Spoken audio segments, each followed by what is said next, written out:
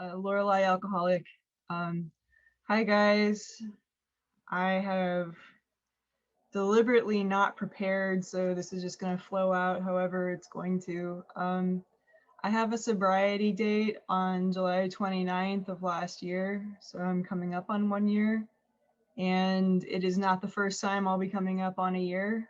I did that before, but I'll let you know about that in a moment.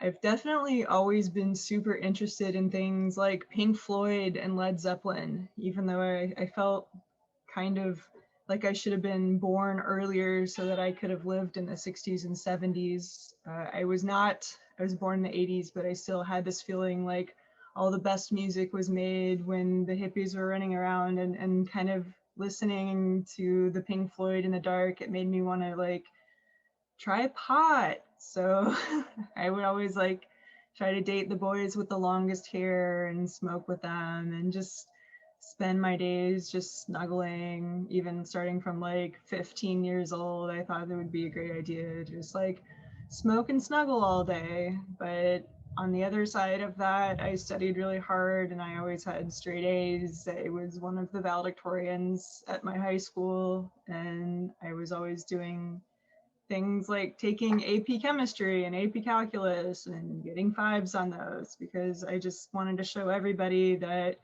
you could, smoke pot and have a 4.0. I don't know. I was definitely trying to prove something there, but as far as me choosing pot over alcohol, it was definitely a matter of what was most available. The guys I would date would sometimes like get pot from their parents. So it was like totally normal to sit on my boyfriend's couch and his mom would pass the bong to us at like 15 years old. But at one point I did steal from my alcoholic stepmother, and I made myself a concoction of vodka and diet root beer. Tasted really weird. I drank it after my parents had gone to bed, and then I went for a walk. And I lived in this really like safe neighborhood, and it was totally like okay for me to just go out for a walk and look at all the lights. And I remember seeing this was in Orlando, Winter Park actually. So I remember just like the humidity, the dew, seeing the dew reflected on all the car lights and the grass and everything. And we had these brick roads, like, Wizard of Oz gold brick roads. And I was looking at all the sparkles on the road, and it was very mesmerizing. I think I've shared in this meeting before, I was actually so mesmerized. I went up to like a car and licked the dew off the car because my mouth was all dry and I was like, ah. And it was like probably a really weird thing to do, but I was just like mesmerized by sparkles. I don't even know how to explain. So that was my first like drunk that I can remember. I was probably like 14, and I definitely just had a habit of trying to seek out crazier and crazier stuff. I eventually got some shrooms, and I should have gone to jail the first time I did shrooms because I was 19 and I shared them with my friend Valerie, who was 16. And I probably weighed about twice as much as Valerie. She had a dad who was a postal worker and ex-Marines. So when Valerie got eyes the size as teacups and said she wanted to go home, and we said, no, no, no, you should stay here with us until you come down. And she said, no, I really want to go home. And we dropped her off. And then we got a phone call from Valerie's dad asking, Larielie, that's my real name, Larielie, what the fuck did you feed my daughter? You're going to jail. And I told him, no, just what we always do, beer, pot, maybe a little bit of shrooms. And he goes, what? You fed her what? You're going to jail. Yeah, my parents had to like, even though they're divorced, they like, my mom woke him up, and by like banging on his window, my mom woke up my dad, and then they collectively drove down there and talked him down. So first probably instance where I should have gone to jail right there. So anyway, I definitely have a history of not just being destructive, towards myself, but putting other people in dangerous situations too. I was always trying to be part of people getting fucked up, and I was pissed off this one time when I couldn't be part of that destructive scene. There was a party, I remember, that my boyfriend got to stay at longer than I did. My parents wanted me home at a certain time, and my boyfriend got to stay there and spend, I guess, the night. He told his parents he was going to come back the next day. Well, he ended up needing to get his stomach pumped. And I remember feeling jealous. That's right. My 15 or 16-year-old boyfriend had to go to the hospital and get his stomach pumped. And I was jealous that I hadn't gotten to get that fucked up too. So I had to go home. So I don't know. High school happened, and then I went straight to community college, even though I had a 4.0.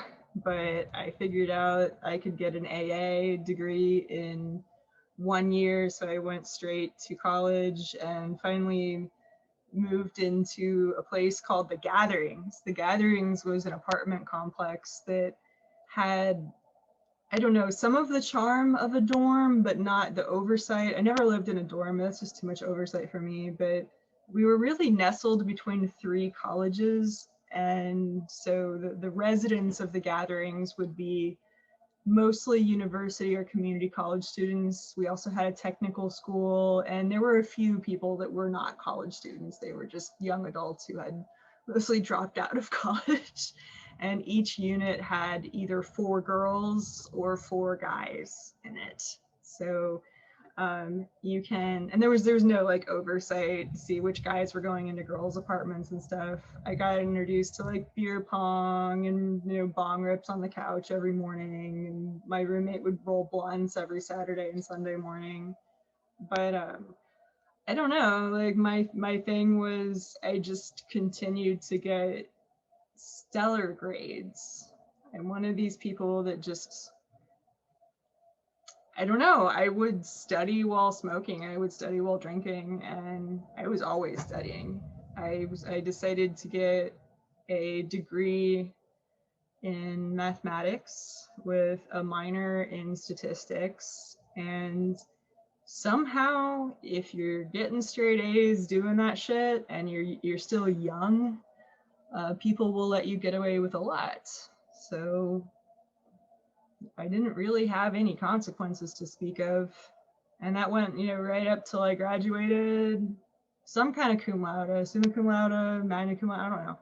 And then I went to grad school, and I left Orlando for the first time then, and I moved to Gainesville, Florida, which is about 2 hours north.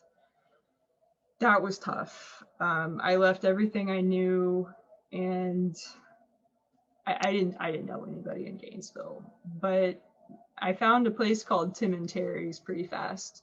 Tim and Terry's was a bar downstairs and a guitar store upstairs. So I had everything I needed. I was a pretty badass guitar player, still am, in my own opinion. And I would also just, you know, play guitar all night and buy people PBRs, buy people dollar PBRs, and we'd all sit on the front porch and jam. You know, I would play the hand flute or the guitar, and we would stomp the porch with our heels, and just the whole thing just vibrated and made this kind of I don't know, just like a really beautiful harmony that I still kind of miss. But the guy I was dating at the time, we broke up, and I took it really bad. I went to a party with this kid who was actually my student, my student from a previous semester. Yeah, I was teaching at that point, and it was like a Super Bowl party, and I got really tore up. I remember like that guy tried to kiss me, but I wasn't having it because I had just broken up with this guy, and I ended up like play wrestling with his roommate, and I don't really remember being on my best behavior. I know I didn't like get assaulted, but I did wake up the next day trying to figure out one very important detail. Why is my hand purple? Yes, guys, this was the first time I broke my hand. This was in February of 2000, this was February 1st, 2009, I broke my hand for the first time. In my drinking career, I would go on to break my hand 4 times. I don't know if I just have shitty bones in my hands or if you just shouldn't drink alcohol because you're going to end up with a few broken bones if you persist the way I did. I was emotionally very messed up from this. I had a huge cast on my arm. I couldn't even open a can of cat food to take care of my cats. I called on an ex-boyfriend that I had dated 5 years ago. I had a lot of ex-boyfriends, and most of us were on good terms. So I called an ex-boyfriend from my little black book to come to Gainesville and move in with me and help me take care of myself. You know, I needed somebody to help me like cook and feed the cat and do cat litter and stuff like that. And I was making enough money at the university. I supported him. I paid for his food, his drink, his pot, and it got old, you know, because he wasn't contributing financially, and he was a little bit of a conspiracy theorist. So I don't know, one of these ones that believe in chemtrails and I don't know, just all kinds of stuff. I don't know. He was sweet to drop everything and move in with me, but he didn't really have that much to drop. I don't know. But when I broke up with him too, I was just having a lot of different guys in my life and trying to make a connection, but I could never really find somebody that was like, I don't know, everything I wanted. I wanted somebody with long hair who smoked pot and played guitar and would drink with me, but I also wanted somebody who was, you know, had a 4.0 in grad school. Like I wanted both those things. It's kind of a weird thing to want. Like I would find somebody who filled the first 3, but couldn't add fractions. Like didn't know. No offense if you can't add fractions. I tutor, by the way. But no, I would find somebody who, okay, if you know how to do a half plus a third, right? No. You add the top and add the bottom, right? No. And I would be like, oh, maybe I can teach them, and they can be my boyfriend, but then I would like introduce them to my math friends, and my math friends would be like, really, Larry? That one? Really? And I'd be like, okay, you're right. This isn't working. And I just was always searching for this guy, but I was always just fucked up.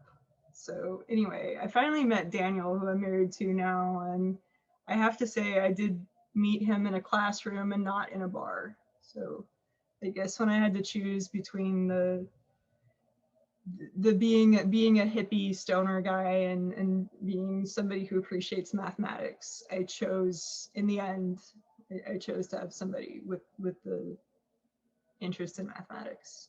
And in some sense, mathematics is my higher power. I'm kind of an agnostic.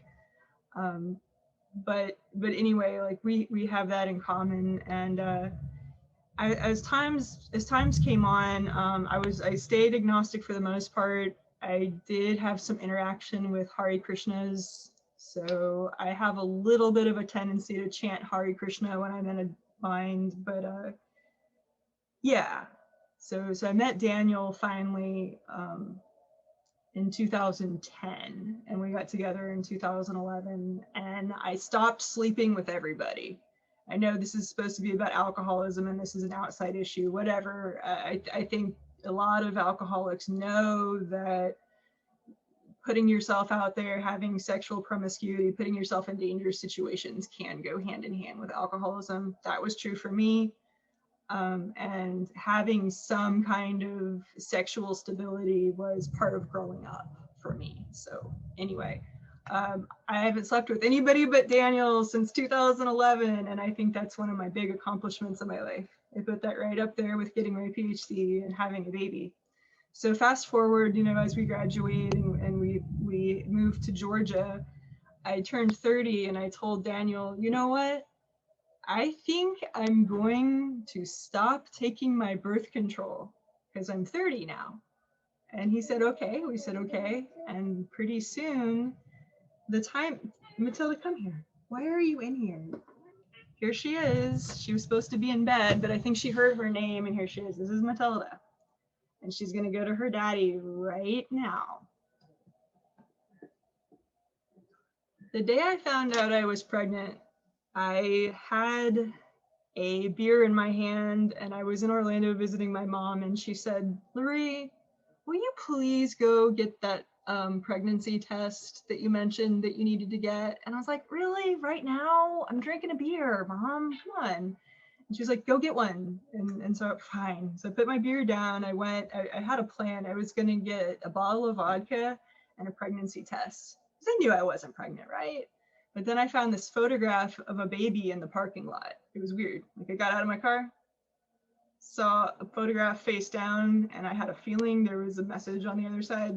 I don't believe in that stuff, but I just knew. So I flipped it over, and there was a picture of a little girl that looks almost like Matilda there. And I knew I was pregnant with a girl. So I ended up buying the pregnancy test and not the vodka. Went home, tested positive. It's the only time I've ever been pregnant. And I remember telling my mom and my husband, and they were total assholes because they were jumping up and down with what is this, happiness.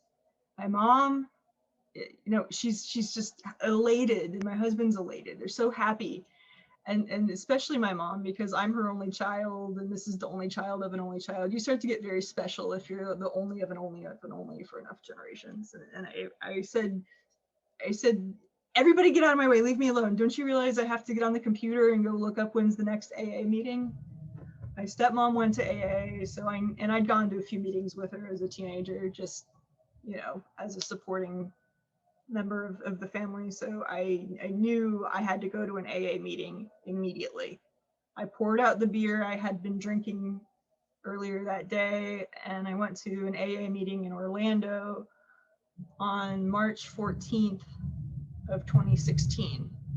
That date has a lot of significance for me. That's the day I found out I was pregnant. That's also Pi Day. Yeah. I really had a great sobriety date. It was March 14th of 2016. Loved it. That was my sobriety date. I started going to AA in Georgia, and I would introduce myself this way. I would say, hi, my name is Larielie. I'm a pregnant alcoholic. I made sure everybody knew about that. And one thing I was really upset about was when I finally learned how old Matilda was in my belly, I found out that I drank well into the pregnancy. I had had alcohol in my system for the first trimester. That's not good. I interrogated the doctors to say, well, can you find out whether or not this child is going to have fetal alcohol syndrome? And they said, no, we can't tell you that. And I said, well, should I terminate? What should I do? And they said, well, do you want the baby? And I said, oh, well, you see, yes, I do want her, unless she has fetal alcohol syndrome. And then I would rather terminate and try again. And they're like, oh, no, you can't do that. You need to make a choice. And obviously I made the right choice. She has been the single best thing that ever happened to anybody. But those were the dark moments. Probably the darkest moment was when they gave me my first sonogram and said, okay, this is gonna look like a grape. And she goes, nope, that's not a grape, that's a baby. And I was like, well, how far in am I? And she goes, you're 14 weeks along. And I was like, oh shit, I drank the entire first 3 months, which is your first trimester. Why I don't have fetal alcohol syndrome with her, I don't know.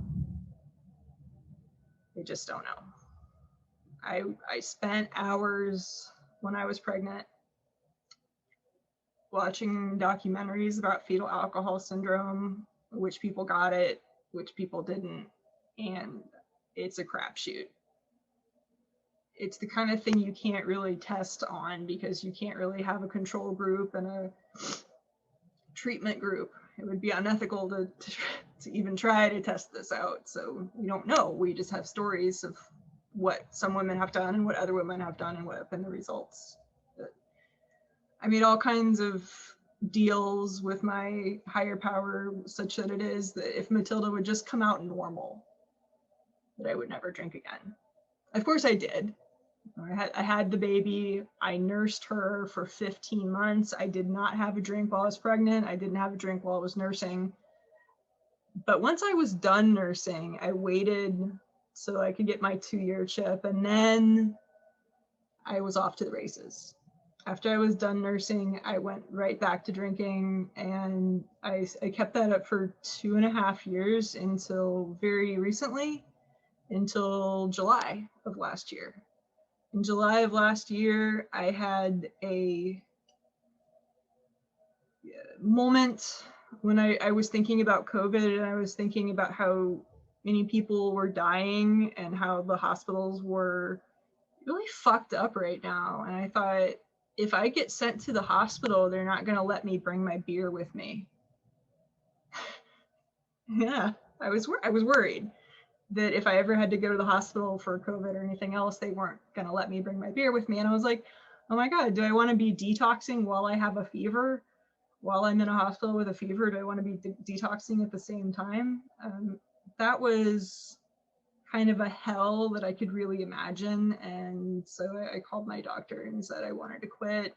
I got some medications to help me not have a seizure, and I did it at home with my husband's help.